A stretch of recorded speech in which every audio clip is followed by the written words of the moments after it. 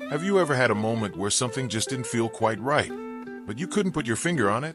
Maybe you stopped doing something you used to enjoy, or you found yourself hesitating before a simple task, like going down the stairs or driving at night.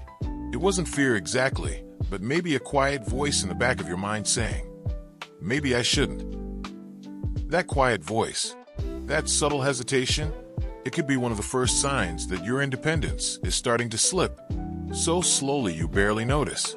And that's what makes it dangerous, because independence doesn't disappear all at once.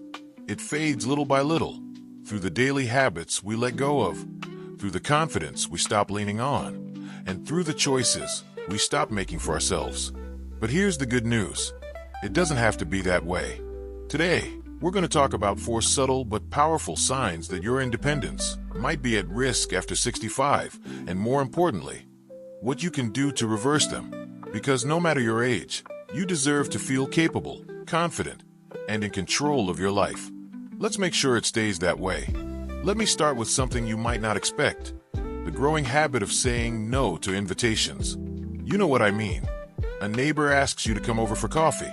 A friend wants to go to the market together. There's a small get-together at the community center, and you say no, not because you don't want to go, but because it just feels like too much trouble. I'm tired. I'd have to change clothes. What if I get stuck in traffic? These all sound like logical reasons in the moment, but when you say no often enough, those moments become your routine. What's really happening is that you're pulling away from the outside world, and the more isolated you become, the more you depend on your own little bubble for comfort. That sounds okay until something breaks, until you need help, until you've forgotten how to reach out. So how do you reverse it? Start with a small yes. It doesn't have to be big or social or loud. Say yes to a 5-minute phone call. Say yes to a walk with a neighbor. Say yes to sitting outside on a bench where people pass by. The more you say yes, the more you stretch the muscles of connection and confidence. And the more those muscles grow, the stronger your independence becomes.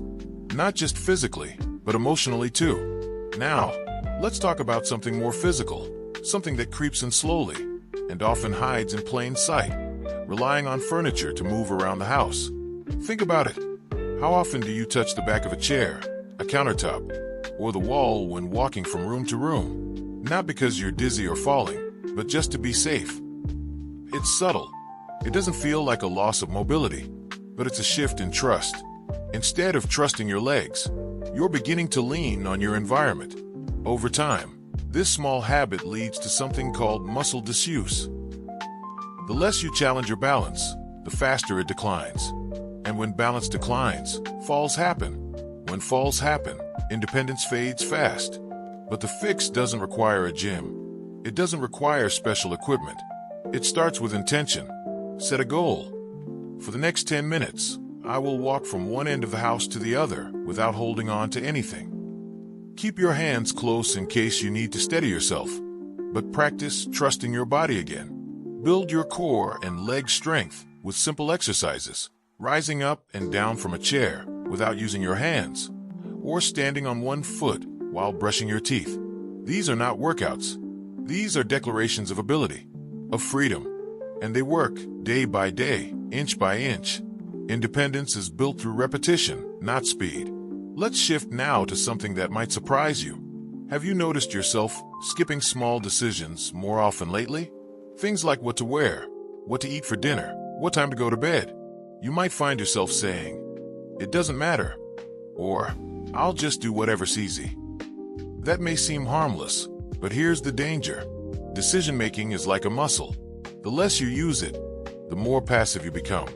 And when you stop making small decisions, it becomes easier to let others start making the big ones for you. The antidote?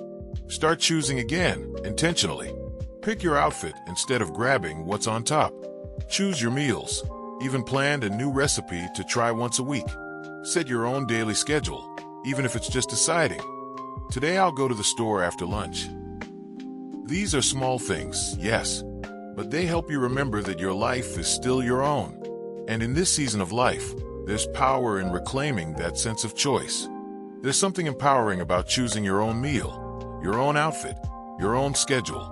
Those tiny acts of control might not seem like much, but they remind you, I still decide what happens in my day. That's independence, not just the ability to move or drive, but the daily rhythm of choosing for yourself. And speaking of rhythm, let's talk about one more subtle sign that your independence might be slipping. One that hides under the surface and creeps into your days quietly. You stop planning ahead. Now, this isn't about forgetting appointments or misplacing a note. It's deeper than that. It's when you find yourself thinking, I don't know what I'll do tomorrow. I'll just wait and see. Or maybe you've stopped putting dates on the calendar.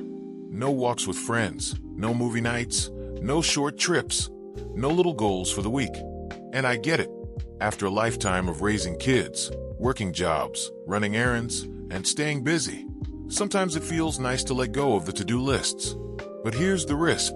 When you stop making plans, you stop moving forward. And when you stop moving forward, even slowly, you start to drift.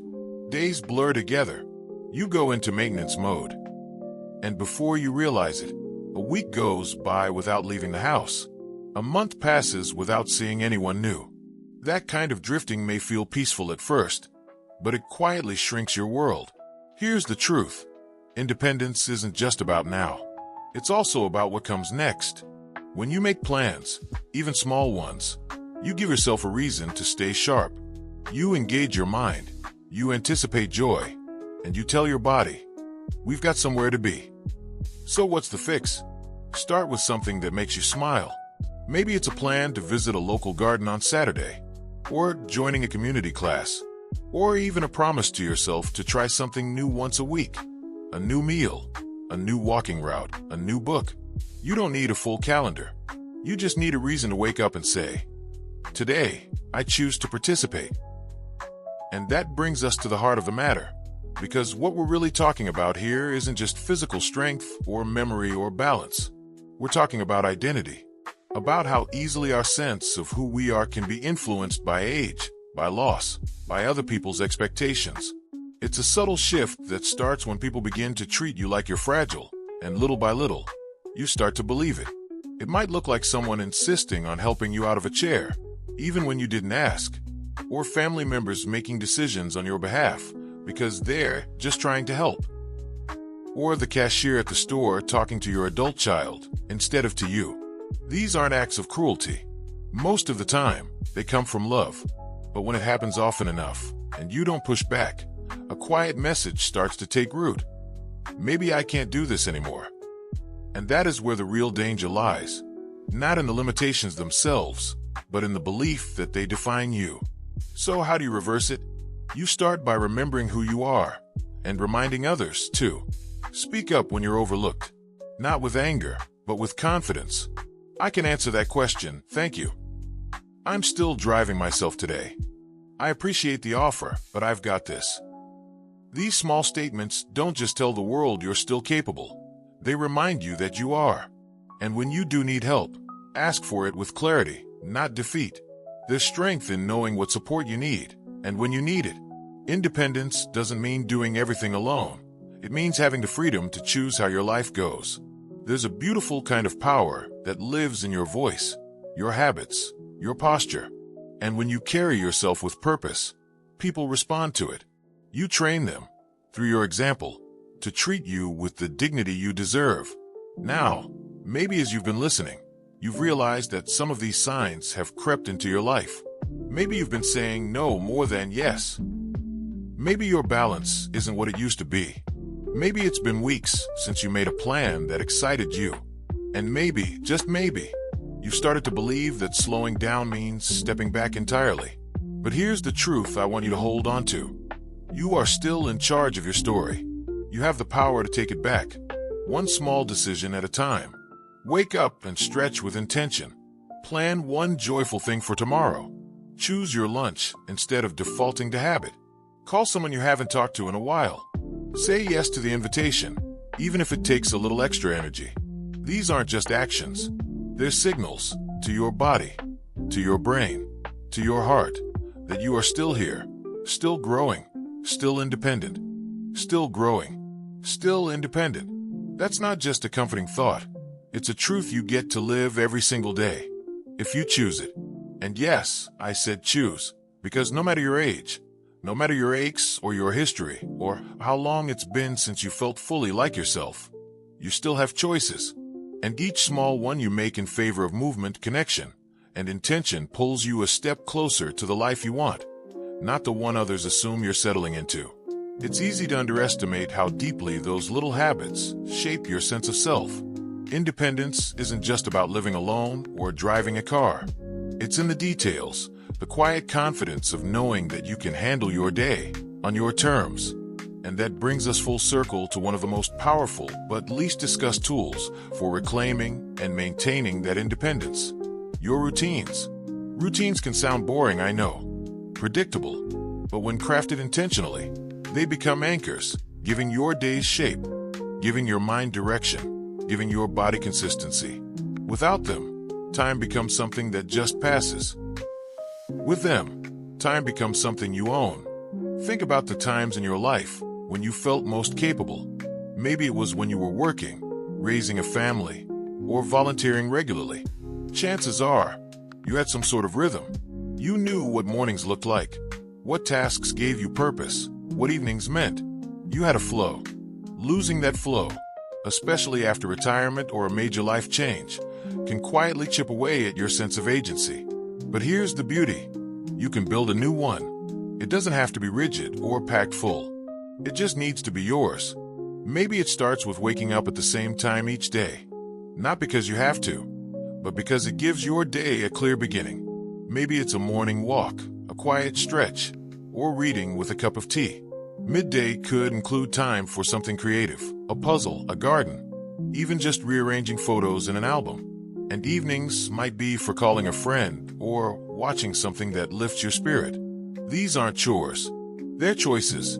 Gentle ways of telling your mind and body, this day matters. I'm showing up for it. And if your schedule's been blurry lately, don't worry. Just start with one anchor. One moment of the day that you commit to showing up for, fully present, fully in control. You'll be amazed at how everything else starts to fall into place around it. Now, before we wrap up, I want to leave you with something even more personal, and perhaps the most important piece of this entire conversation. It's not a tip or a habit or a rule. It's a reminder. You are not defined by your age. I know that sounds simple, but let it sink in. Because the world around us often sends subtle messages that with age comes limitation, fragility, invisibility. People may start to talk to you slower, offer help you didn't ask for, or assume you're less capable than you are. And sometimes, without even realizing it, we begin to absorb those assumptions. We shrink a little. Not just physically, but in spirit. But you don't have to.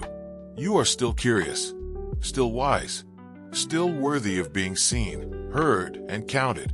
You are still someone with things to offer, with experiences that matter, with stories that deserve to be told.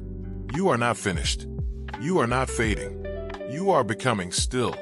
And the best way to push back against the quiet erosion of independence is to step into your day, your choices, your voice, with boldness. So ask yourself, what's one thing I've been putting off? Not because I can't do it, but because I've started to believe I shouldn't? Is it trying that dance class? Is it planning a trip? Is it saying no when someone oversteps? Is it simply asking for what you want, not what others expect? You still have the right to reinvent yourself, to explore, to rest when you want to and rise when you choose to. Independence isn't a prize that gets taken away when you turn a certain number. It's a mindset, a practice, and most of all, it's a relationship with yourself.